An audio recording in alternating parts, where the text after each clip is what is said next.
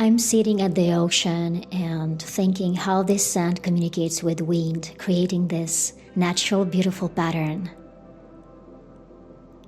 There are a lot of people here.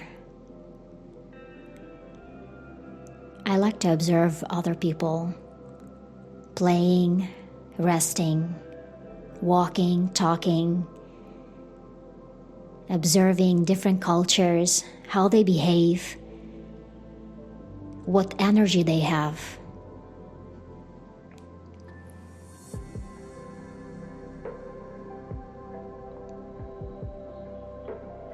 The ocean helps to relax. People are coming here to have some rest and escape their work, but they cannot escape other people.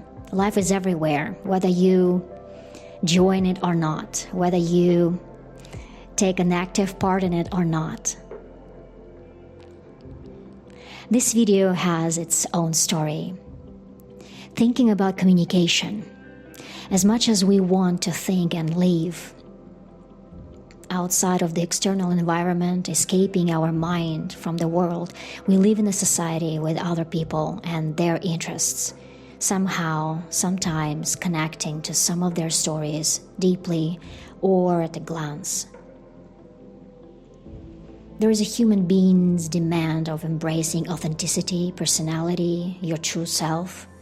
It's understandable with the evolution of civil humanity to gravitate to a more friendly, open-minded world.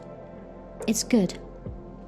But in reality, I think and I see this philosophy takes on a brutal shape.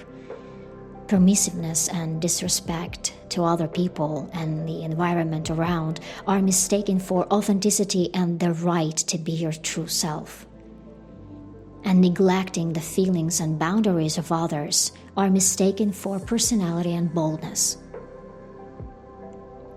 Everyone is telling their story, even they're not speaking. Sometimes those stories are loud and shocking. Every story that you have without closure is speaking whether you want it or not.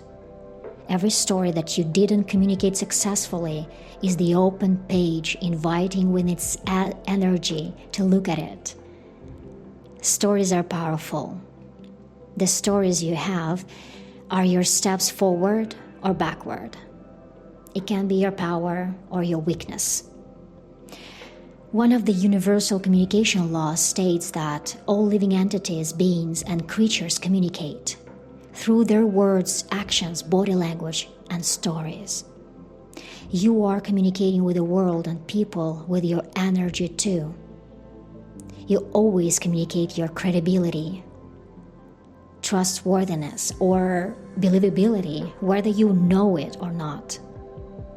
To be aware of your personality and your story is not enough for successful communication.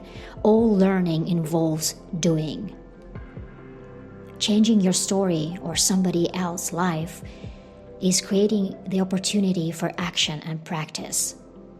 And being in accord with other people's values, experiences, and qualities which are valued by people is the greatest step for true connection.